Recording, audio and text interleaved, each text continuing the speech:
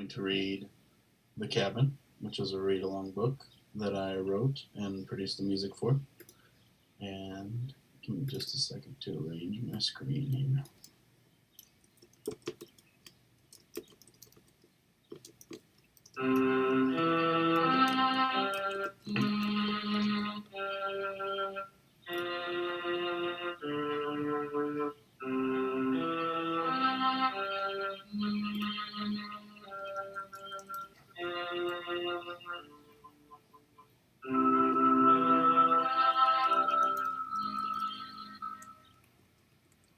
Cabin, a read-along book by Benjamin Gardner.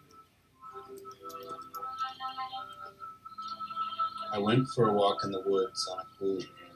The air felt like a gate, a passage to better times and feelings. For now, in this time, I was free from the weight and felt like I was walking through a phantasm. The phantasm, though, was from a clarity of vision that was unprecedented in my experience. I could easily see things that pulled me towards petty thoughts and the more troubling anxiety of our modern times. I could read those that were advocates and overlook those that tried to hinder my path. The woods held experiences and memories of those that had passed before me and acted as a shield against electronic waves and digital signals.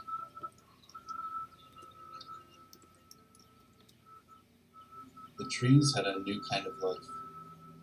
I could see colors and shapes that had remained previously hidden, disguised by modern living. The trees spoke to me, though I cannot repeat what was said in our languages. There was something radiating from everywhere around me, from the sparse blades of grass that grew despite the speckled shadows of the trees, the rocks, weeds, and the sere from last year's great winter. I realized that I was radiating too. I no longer understood my selfness. We were beings radiating in unison. There was a small cabin in the woods. It was modest and had no wires or pipes connecting it to the world. It had 3 windows and a door, and there were 3 large blackbirds perched on the roof. It was the end of the path, the destination. Inside the cabin was the conscious world. All of it was still in unison. There were no subjects or objects. It was an entirety of understanding.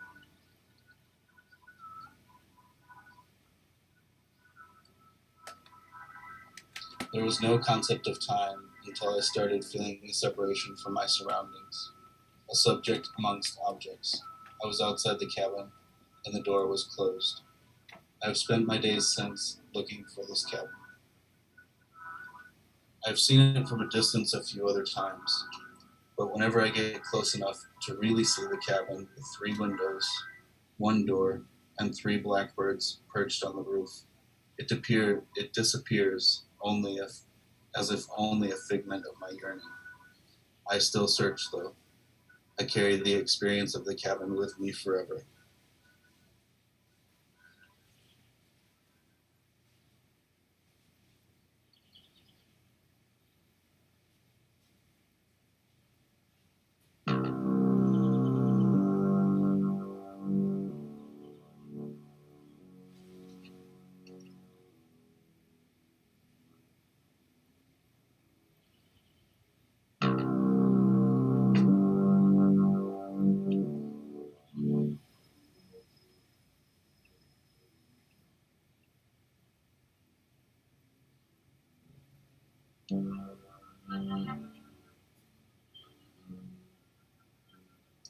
Alright, so I just want to get the little end of that soundtrack in there. I'm happy to take questions. If you have questions about this, I'll do a little introduction about the book. I, when I was a kid, had a portable record player that I really loved taking around. My parents bought me Gremlins read-along books that I would listen to, and I had the book. This book is modeled exactly like that, and it had a record in it. This book comes with a record as well. And I would listen to the records, and they were like totally terrifying. scary, and I would listen to them, but I was scared of them. They were kind of scary. The movie was scary to me when I was a child, but there was just something about it that I kept wanting to do it. Like I really liked the fact that I had an emotive response to it. I think. The book is composed of sort of digital illustrations that I've worked on over time and pulled stuff from paintings and drawings that I have. And then one of my favorite parts to work on with this was the audio soundtrack. So I recorded my voice, but then also composed the soundtrack for it. And I worked with Haunted Birthday Records in Atlanta, Georgia. They recorded the record on 7-inch plexiglass, and yeah, it's a square record, which is interesting. It's not like exactly like the Gremlins read-along books that I had then, but I think that the square record is pretty awesome too, because it reminds me of like records that used to be printed in magazines and things like that were kind of inexpensive paper records. So yeah, that's a little bit about where this project came from, and yeah, I have copies available.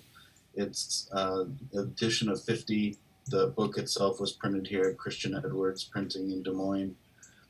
So yeah, it was a really great project to work on. If you have any questions, I'm happy to answer them if you want to type them in the chat.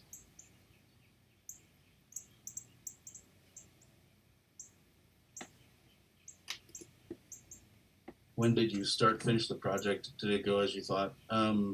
It took quite a bit longer than I thought it would.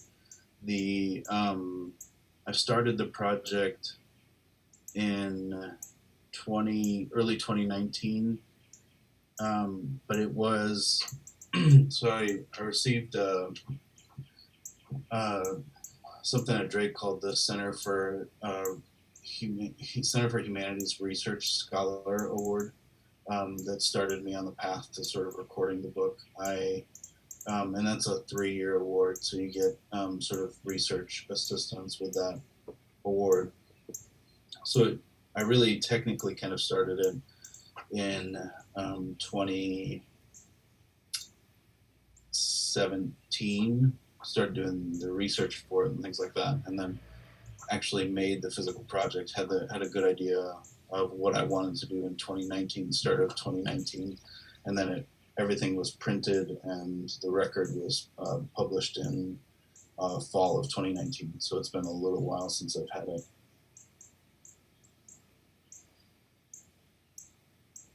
Any other questions I can answer?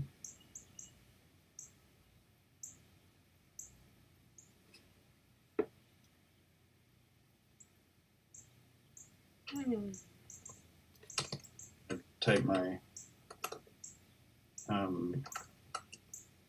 Bandcamp site here in the chat too, because you can order the book and record through that if you'd like to, or you can just contact me directly via Gmail or any email address you have for me. I have about 100 email addresses, and I'd be happy to ship one to you.